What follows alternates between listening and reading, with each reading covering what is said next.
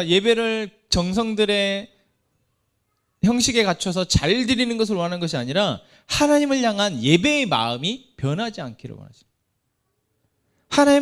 하나님을 향한 예배의 마음이 한결같기를 원하시는 것이 하나님의 본심이시기 때문에 그 한결같은 마음으로 하나님을 예배하기를 하나님께서는 바라신다라는 것이죠. 그래서 예배는 매번 드린다 할지라도 그 안에 있어야 하나님을 향한 마음이 변해버린다면 그 예배를 하나님께서는 기뻐하실 수가 없으시다라는 겁니다. 그래서 오늘 본문 말씀을 저희가 잘 살폈으면 좋겠습니다. 오늘 본문의 말씀이 무엇입니까? 이제 솔로몬이 하나님의 성전을 7년 동안 건축을 합니다. 그리고 나서 하나님의 성전을 건축한 이후에 자기의 왕궁을 또 13년 동안 건축을 해요. 그래서 총 20년의 시간 동안 하나님의 전과 자기의 왕궁을 건축하기를 마치고 그날 밤에 하나님이 솔로몬에게 나타나셔서 하신 말씀이 오늘 저희가 읽은 본문의 말씀입니다. 그러니까 지금 솔로몬이 즉위한 지 24년이 흐른 거예요. 즉위하고 4년 만에 성전을 건축하기 시작했고 7년 만에 완공됐고 그리고 이제 20년이 흐른 후 왕궁 건축까지 마쳐졌으니까 그때 솔로몬에게 나타나셔서 하신 말씀이 무엇입니까? 12절 말씀이 이렇게 얘기하고 있죠. 내가 이미 네 기도를 듣고 이곳을 택하여 내게 제사하는 성전을 삼았다. 좋은 말이죠. 이제 내가 너의 기도하는 걸 들으니 이곳을 내가 택해서 내게 기도하도록 성전으로 내가 삼겠다라고 말씀하고 계십니다. 또한 뭐라고 얘기하고 계십니까?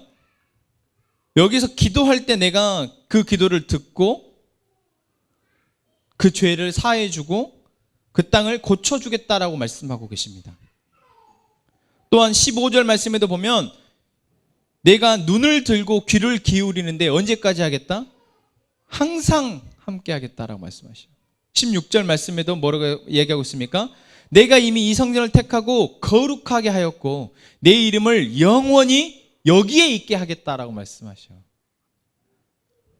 이것만 보면은 무엇으로 보입니까? 하나님이 정말 솔로몬의 이 마음에 정말 강력한 은혜로 보답하시는구나. 영원히 함께 하시며 이스라엘 백성들을 지키시겠다 약속하시는 거구나라고 우리가 볼 수 있습니다. 그런데 언뜻 보면 사실 그런 것 같지만 잘 보면 축복의 말씀이긴 하지만 그 전에 전제가 있다라는 거예요. 중요한 사실이 포함되어 있습니다. 그게 무엇입니까? 12절에 이렇게 얘기하고 있죠. 13절에 혹 내가 하늘을 닫고 비를 내리지 아니하거나 혹 메뚜기들에게 토산을 먹게 하거나 혹 전염병이 내 백성 가운데 유행하게 할 때에 라는 혹이라는 단서를 달아요.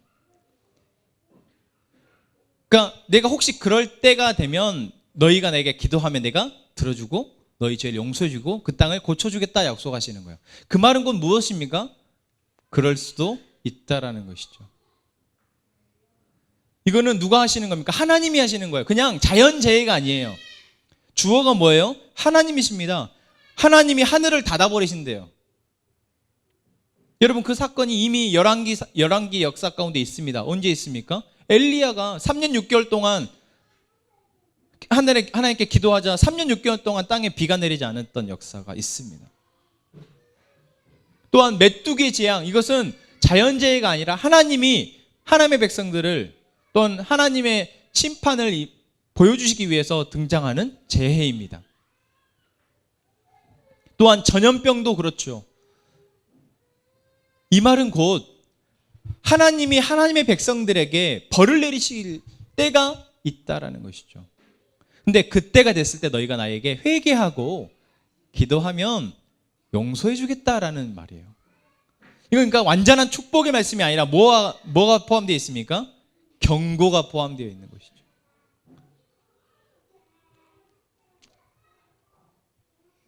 그럼 어떤 상황이 되면 이런 벌을 내리신다라고 말씀하고 계시는지는 17절 말씀을 보면 조금 저희가 힌트를 알 수 있을 것 같습니다. 17절은 사실 솔로몬에게 하신 말입니다. 뭐라고 얘기하고 있으면 내가 만일 내 앞에서 행하기를 내 아버지 다윗이 행한 것과 같이 하여 내가 내게 명령한 모든 것을 행하여 내 율례와 법규를 지키면 내가 내 나라 왕위를 견고하게 하겠다. 약속한 것을 어기지 않겠다. 이스라엘을 다스릴 자가 너희 가족, 너희 집안에서 계속해서 나오게 하겠다라고 약속하시는데 그 전제가 무엇입니까? 아버지 다윗이 행했던 것처럼 내 율례와 법규를 내가 내게 명령한 것을 다 지키면이라는 것입니다. 이것은 솔로몬에게 말씀하신 거지만 동시에 이스라엘 백성 그리고 하나님의 자녀된 하나님의 백성들 모두에게 동시에 하시는 말씀입니다. 하나님께서는 분명히 하나님께 기도하기를 원하시고 하나님께 예배하기를 원하시고 그곳에 처소가 마련되어진 그곳에서 또 예배하고 기도하기를 원하시지만 예배하고 기도한다고 하나님께서 계속해서 은혜를 부으시는 것이 아니라 하나님의 명령을 지킬 때 누구와 같지요? 다윗과 같이 순전한 마음으로 전심으로 하나님을 사랑하는 마음으로 예배하고 하나님의 명령을 지키려 할 때 그것을 유효하게 하시겠다라고 말씀하고 있는 것입니다. 다시 말하면 조금 전에 저희가 13절에 읽었던 그러한 하나님이 내리신 벌은 이것이 되지 못할 때 내려지는 거예요. 우리는 이미 성경의 구약의 역사 가운데 그러한 사건들을 너무나 많이 알고 있습니다. 하나님이 이스라엘 백성들을 징계하시는 사건 이미 사사기의 역사 가운데서도 너무나 많이 우리가 봤죠. 그런데 그 사건이 있을 때마다 이스라엘 백성들은 회개하고 그래도 돌아왔고 또한 회개할 수 있도록 하나님의 선지자들을 또는 사사들을 보내셔서 하나님의 리더들을 보내셔서 하나님의 백성들을 살려오신 것이 하나님의 마음입니다.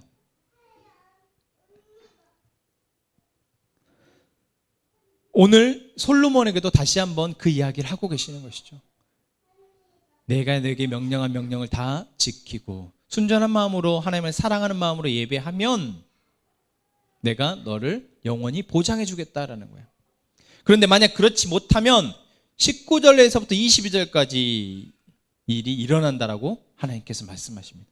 19절 정확하게 뭐라고 말씀하십니까? 그러나 너희가 만일 돌아서서 내가 너희 앞에 둔 내 율례와 명령을 버리고 가서 다른 신들을 섬겨 그들을 경배하면 그렇죠. 솔로몬에게 했던 것처럼 법규를 지키지 못하는 것뿐만 아니라 결국 그것은 어디로 이어집니까? 다른 신을 섬기는 것으로 이어지는 거예요.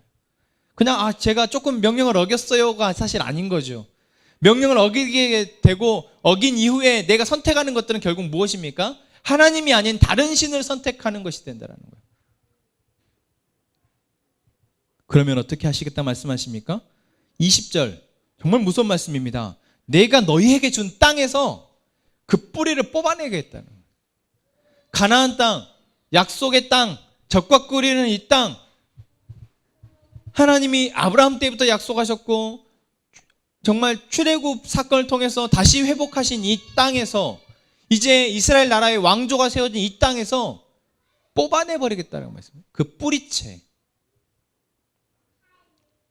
그리고 또한 뭐라고 말씀하십니까? 내 이름을 위하여 거룩하게 한 이 성전을 내 앞에서 버려버리겠다라고 말씀하십니다. 하나님의 전, 하나님을 위해서 드려지고 하나님께 예배하기 위한 이 선을 하나님께서는 버리겠다라고 말씀하시는 거예요. 그리고 이 사건, 이렇게 이스라엘 백성들이 버려지고 하나님의 성전이 버려진 이 사건을 주변에 있는 사람들이 보면서 어쩌다 저리 됐대. 사람들이 이렇게 반문할 정도로 처참하게 하나님께서는 멸하시겠다라고 말하고 계시는 것입니다. 조금 전에 솔로몬에게 영원한 언약, 축복의 언약을 하시는 것 같았던 뉘앙스가 아니죠. 이것은 솔로몬에게 지금 엄중한 경고의 말씀을 하고 있는 겁니다. 이때가 언제라고요? 왕궁까지 건축된 솔로몬 왕이 제위 24년이에요. 솔로몬이 총 40년의 왕 제위 기간입니다. 40년 중에 지금 24년이면은 절반 이상을 지났어요. 이제 남은 몇 년입니까? 16년의 시간 동안은 솔로몬이 이제 승승장구하고 잘 나갈 수 있는, 우리가 알다시피 솔로몬이 어떤 왕이었습니까? 전무후무한 정말 부와 지혜와 모든 것을 가진 왕이었다. 이스라엘 영토로도 가장 강대한, 가장 거대한 땅덩어리를 가지고 있었던 때가 바로 이 솔로몬 왕 때라고요. 그래서인지 하나님은 더 강력하게 솔로몬에게 지금 축복을 빙자한 경고의 말씀을 하고 계시다는 겁니다. 여러분, 이 이야기를 딱 솔로몬이 듣고 나서 솔로몬이 어떻게 했을까요? 어떤 생각이 들었을까요? 하나님이 이렇게 막 말씀하십니다. 솔로몬이 딱 들었어요. 하나님, 제가 진짜 절대 그러지 않겠습니다 라고 했을까요? 저는 솔로몬이라면 이렇게 했을 것 같습니다. 아이, 설마 하나님, 제가 하나님 말씀을 어기겠습니까? 저 솔로몬입니다. 하나님께 성전도 지어 바쳤고 하나님으로부터 이 백성을 잘 다스리라고 지혜도 받은 솔로몬입니다. 하나님, 지금까지 제가 한 거 보셨지 않습니까? 하나님,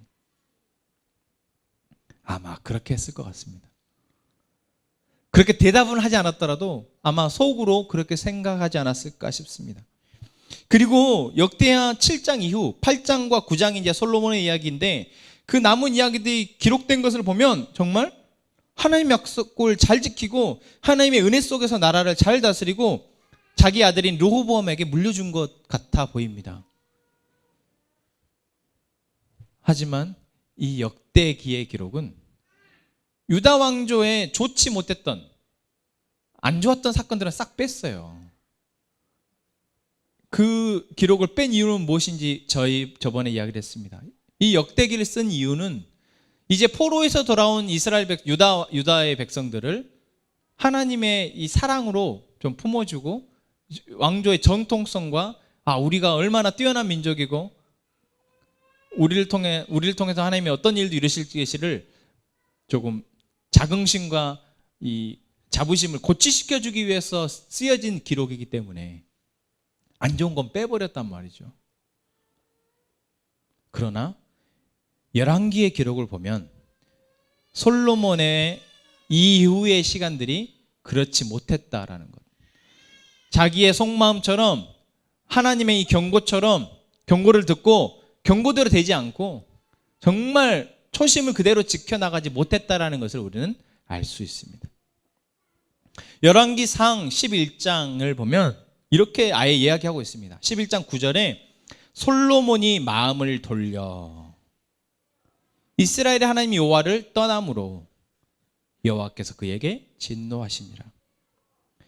한 번이 아닙니다. 여호와께서 일찍이 2번이나 그에게 나타나시고 이 일에 대해서 명령하사 다른 신을 따르지 말라 하셨는데 그가 여호와의 명령을 지키지 않았다라고 얘기하고 있어요.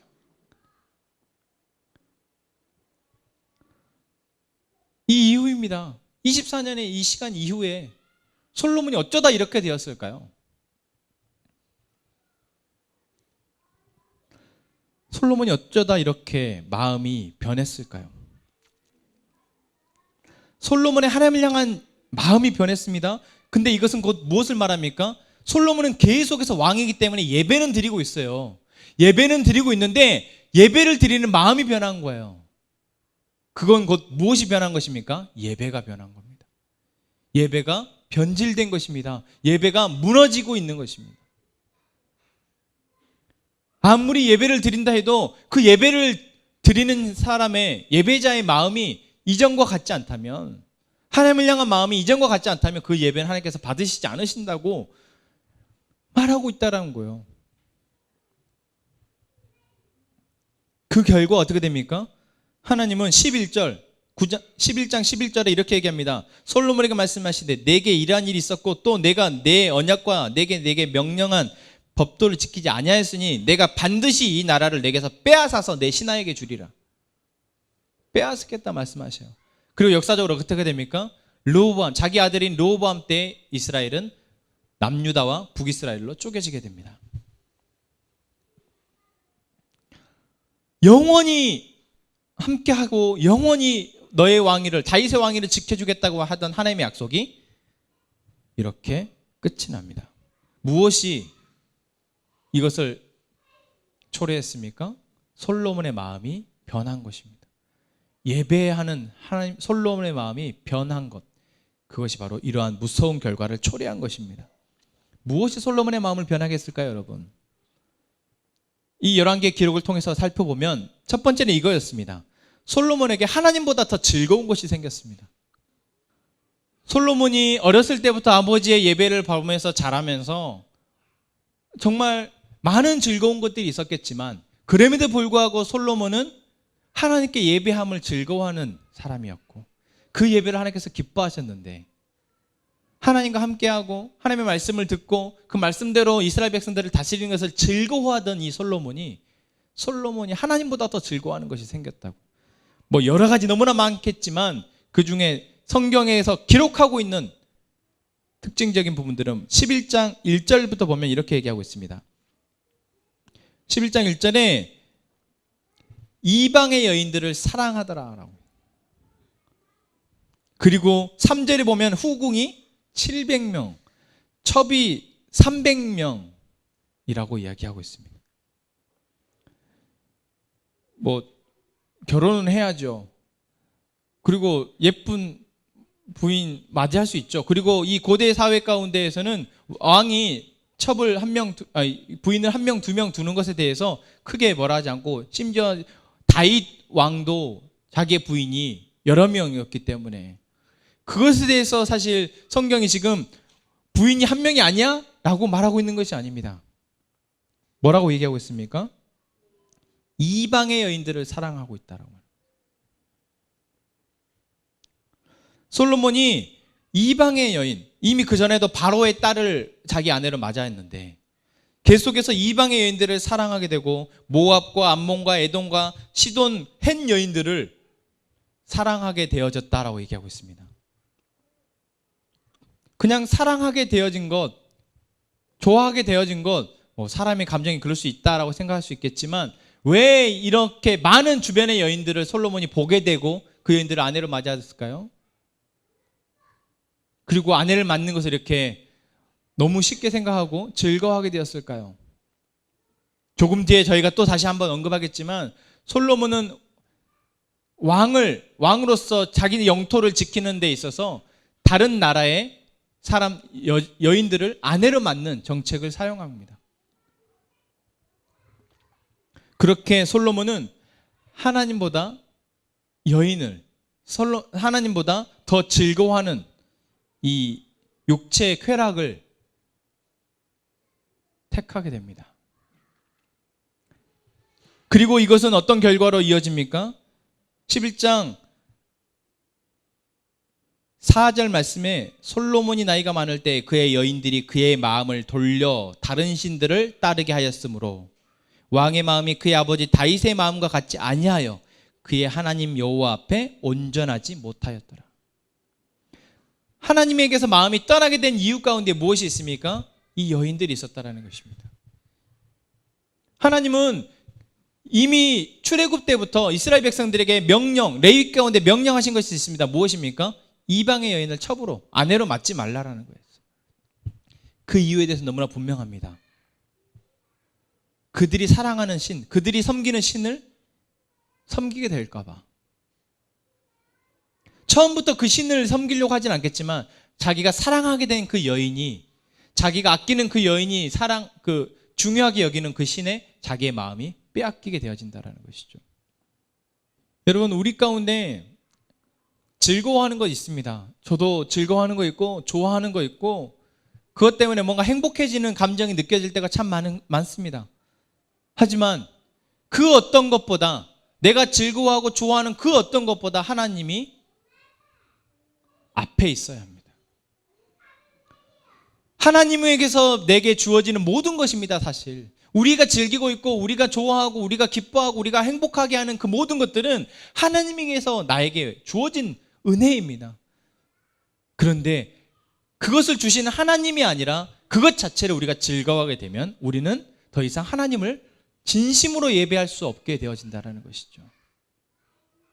솔로몬이 그것을 우리에게 보여주고 있습니다.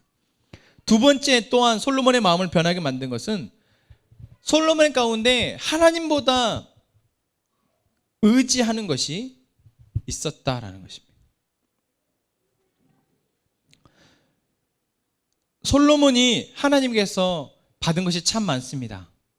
그렇지만 솔로몬은 그 모든 것이 하나님에게서 온 것임을 알았기 때문에 자기가 이 백성을 다스리고 또한 이 넓은 나라를 통치하는데 하나님을 의지하는 사람이었습니다. 하지만 어느 순간 솔로몬이 병거 마병들을 모으기 시작합니다.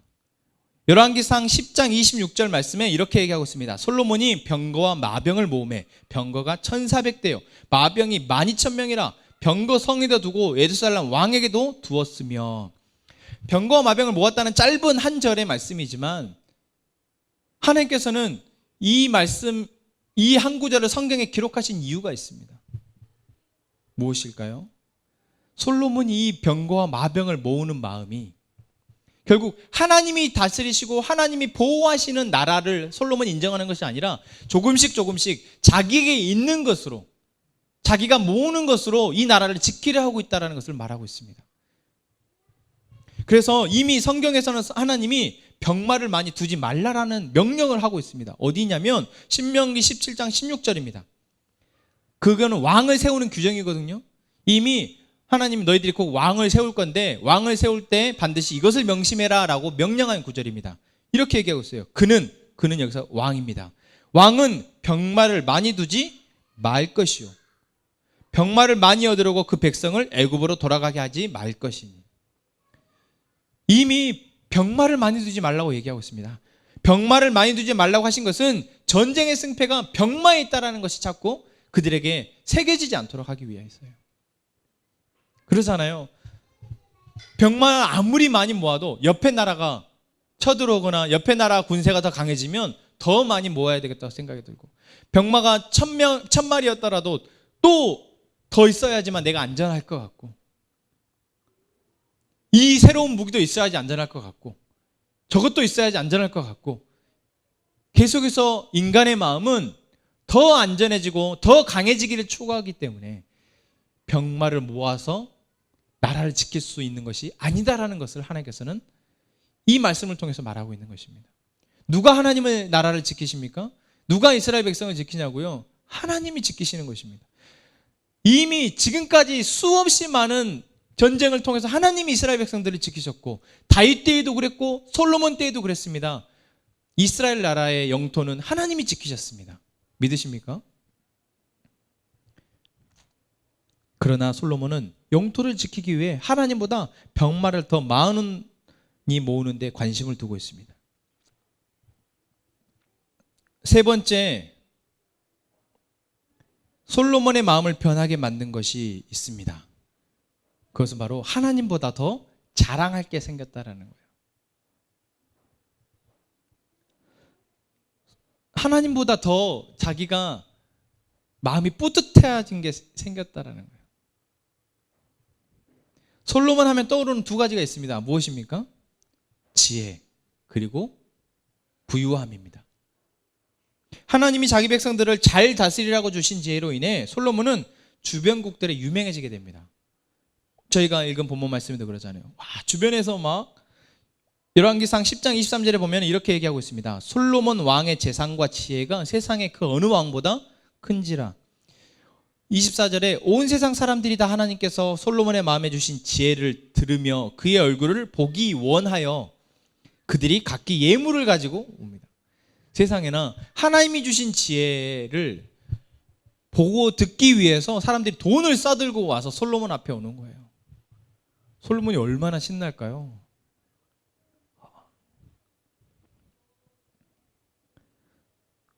하나님께서 솔로몬에게 주신 그 선물이 솔로몬으로 하여금 참 기쁘게 했을 것 같습니다. 뭔가 뿌듯하게 했을 것 같아요. 하지만 점차 솔로몬은 이 지혜가 자기의 올가미가 되어집니다. 올무가 되어져요. 점차 이 지혜가 자기 것인 양 자랑을 하게 되어집니다. 그리고 이 지혜로 이스라엘 백성들을 잘 다스리는 데 사용한 것이 아니라 이스라엘 백성들을 오히려 괴롭히고 억압하는 데 사용합니다.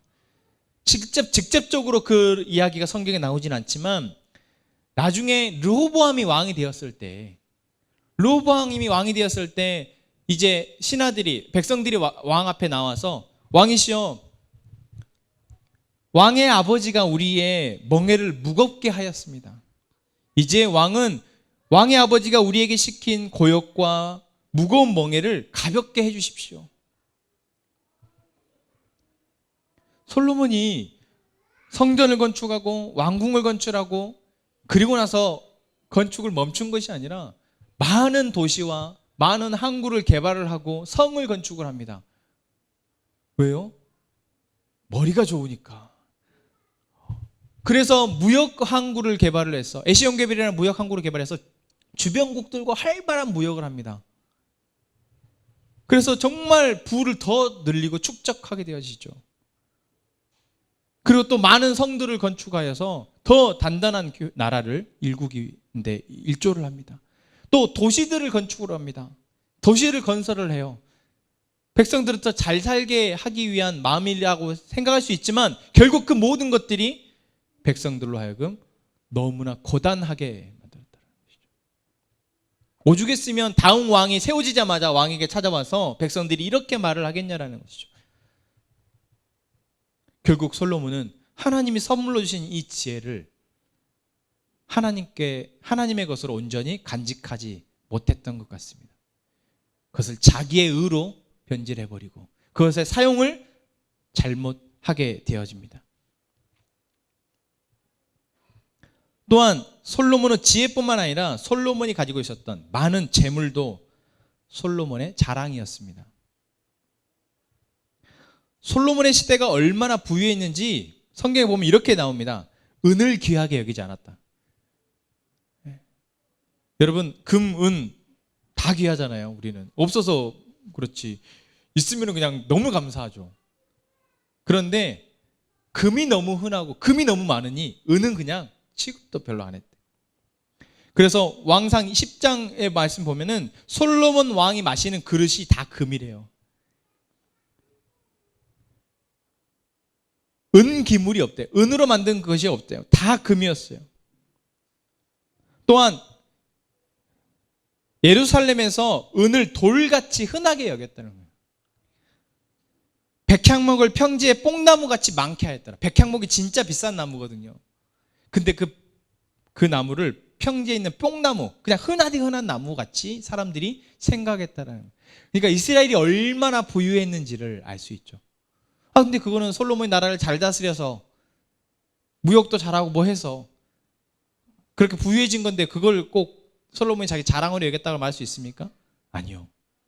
솔로몬은 성전의 기물이며 그 다음에 병사들의 방패와 창이며 이 모든 것을 다 금으로 만듭니다. 사실 전쟁을 하는 데 있어서 금 무기는 실효성이 떨어집니다. 결국 금으로 방패를 만들고 금으로 무기를 만들었다는 것은 그것을 자랑하고 있음을 말하고 있는 것이죠. 솔로몬의 자랑은 하나님이었습니다. 스바의 왕이 와서 하나님을 보면서 야, 당신이 정말 지혜가 놀랍습니다. 당신에게 주신 하나님을 제가 찬양합니다. 솔로몬이 그렇습니다. 하나님이 그렇습니다. 하나님이 저에게 지혜를 주셨습니다. 라고 말했기 때문에 스바 왕이 그렇게 말했지 않겠습니까? 그랬던 솔로몬이 어느새 자기에게 허락되어진 이 지혜와 자기에게 허락되어진 이 놀라운 재물들을 자기의 자랑으로 취하고 그것을 주신 하나님을 자랑으로 여기지 않게 되었다는 것입니다. 여러분, 솔로몬은 40년 동안 이스라엘을 다스리면서 이제 하나님을 오늘 7장에서 만난 하나님을 만난 이후에 16년의 시간 동안 서서히 하나님을 사랑하고 하나님을 진심으로 예배했던 마음이 변화한 것 같습니다. 서서히 한 번에 그냥 하나님을 섬기다가 바뀐 게 아닙니다. 서서히 변해집니다. 그 이유는 저희가 위에서 언급한 내용들입니다. 하나님보다 즐거워하는 것이 생겼고 하나님보다 의지하는 것이 생겼고 하나님보다 자랑하는 것들이 생겨집니다. 그렇게 서서히 하나님으로부터 떠난 마음으로도 솔로몬은 계속 예배를 드렸습니다. 그게 무서운 것 같습니다. 내가 하던 거 계속 하고 있으니까 예배도 계속 드리고 있으니까. 그러나 아니, 마음이 변해버렸다는 것을 알아차리기가 쉽지 않습니다. 누가 말해주지 않으면 알 수 없어요. 근데 솔로몬 왕한테 누가 말해주겠습니까? 서서히 안이 변해버리는 것, 서서히 마음이 변하는 것, 이것이 정말 무섭습니다. 여러분, 우리의 예배는 어떻습니까? 지금 우리의 예배는 하나님을 즐거워하고 하나님을 찬양하며 하나님을 의지하고 하나님을 자랑하는 예배입니까? 여러분의 예배가 그러십니까? 여러분 예배하러 나올 때 여러분의 예배에 대한 기대, 여러분의 예배에 대한 마음 가운데 하나님만을 즐거워하는 것이 있습니까? 하나님만 찬양하고 하나님을 의지하기 위한 여러분의 마음이 있었냐라는 것이죠. 만약 그렇지 않다면 여러분의 마음을 변하게 만든, 서서히, 원래는 그랬었는데, 원래는 전심으로 하나님을 찬양하고 하나님을 예배하기 위해서 살았었는데, 지금 현재 그렇지 못하게 만든 그것은 무엇일까요? 여러분, 그것을 찾아야 합니다. 찾아야 해요. 더 늦기 전에 찾아야 합니다. 솔로몬은 말년에 가서야 그것을 깨달았어요. 그 기록이 어디 나옵니까? 잠언과 전도서에 나옵니다. 특히 전도서를 보면은 2장 10절에 이렇게 얘기하고 있죠. 무엇이든지 내 눈이 원하는 것을 내가 금하지 않았고, 무엇이든지 내 마음이 즐거워하는 것을 내가 막지 않았고, 이는 나의 모든 수고를 내 마음이 기뻐하였기 때문이다. 이것이 나의 모든 수고라 말미암아 얻은 몫이로다 라고 이야기합니다.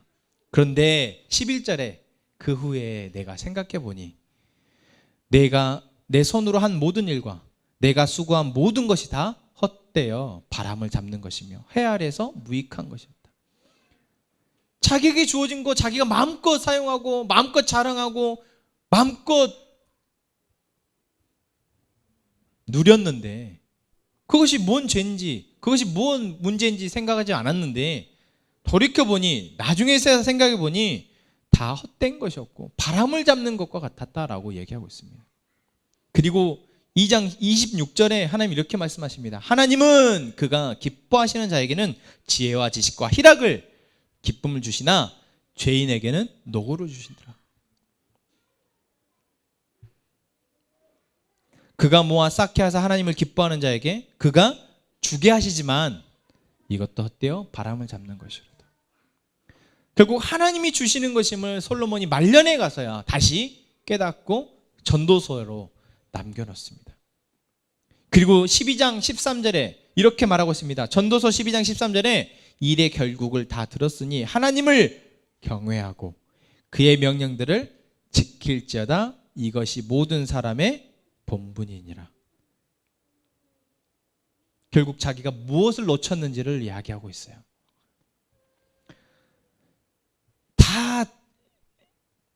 다 해봤는데, 내가 다 해봤는데 그 결국이 이렇더라. 결국 내가 무엇을 놓쳤기 때문에 이렇게 됐는지를 이제 말하는데, 그것은 바로 내가 하나님을 경외하는 것을 잊어버렸더라. 내가 하나님의 명령들을 지키는 것을 잊어버렸더라. 그 마음으로 예배하는 것을 내가 잊어버렸더니 이렇게 헛되다라는 말밖에 할 게 없더라. 여러분, 솔로몬이 말년이 되어서야, 죽을 때가 되어서야 깨달아서 이제 이렇게 말하고 있는 거, 저희는 그러지 않았으면 좋겠습니다. 하나님을 전심으로 예배했던 내 모습에서 조금씩 변해가는 내 모습이 있다면 여러분, 우리가 다시 회복하기를 원합니다. 지금 그러기 위해서 지금 우리가 하나님보다 즐거워하고 있는 것이 무엇인지 찾았으면 좋겠습니다. 지금 우리가 하나님보다 의지하고 있는 것이 무엇인지 찾았으면 좋겠어요. 지금 우리가 하나님보다 자랑스러워하고 뿌듯해하고 있는 게 뭔지, 내 의로 삼고 내가 이것 때문에 살아라고 말하고 있는 것이 무엇인지 찾았으면 좋겠습니다.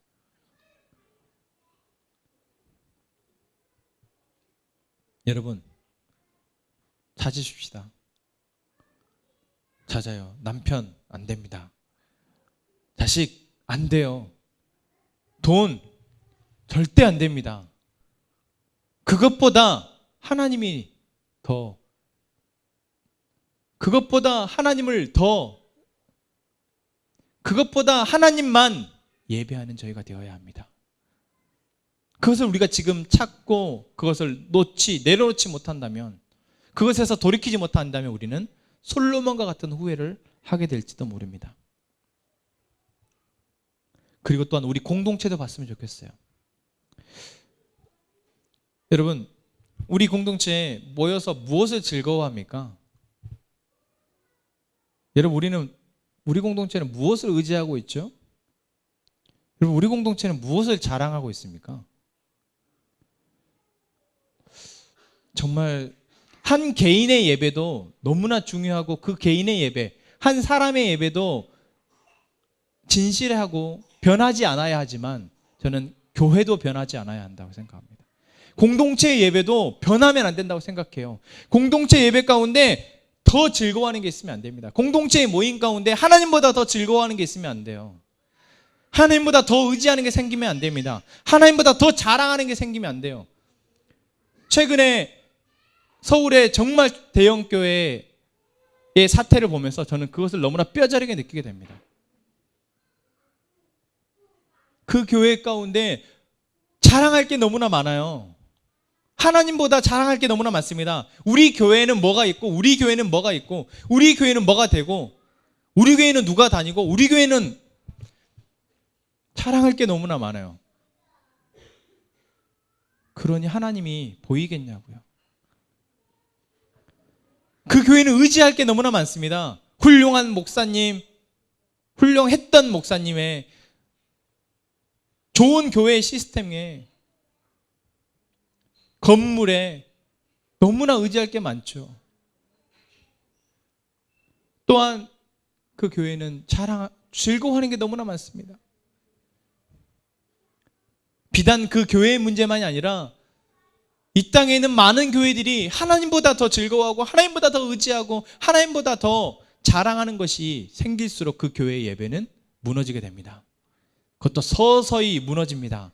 그리고는 결국엔 하나님이 뭐 하신다고요? 거기에서 내가 내 백성을 뽑아버리겠다. 그리고 그 성전을 버리겠다라고 말씀하신다고요. 저는 정말 무서운 하나님의 경고가 솔로몬의 시대, 솔로몬의 교회뿐만 아니라 이 시대의 우리의 교회에도 동일하다라고 생각합니다. 그러기 위해서 여러분, 우리가 우리의 예배를 살폈으면 좋겠습니다. 나는 왜 예배하고 있나? 나는 예배하면서 무엇을 즐거워하고 의지하고 자랑하고 있나? 그리고 우리의 교회는 어떻게 예배하고 있나? 혹시 그런 것들이 있다면 그 모든 것들은 다 하나님으로부터 우리의 마음을 멀어지게 만드는 것들입니다. 그런 것들을 우리가 발견하고 이제 그것들을 버림으로 하나님을 최우선으로 예배하는 우리 한 사람 한 사람이 되었으면 좋겠습니다. 그리고 우리 함께 행복한 공동체가 되었으면 좋겠습니다. 우리 함께 찬양하며 기도합시다.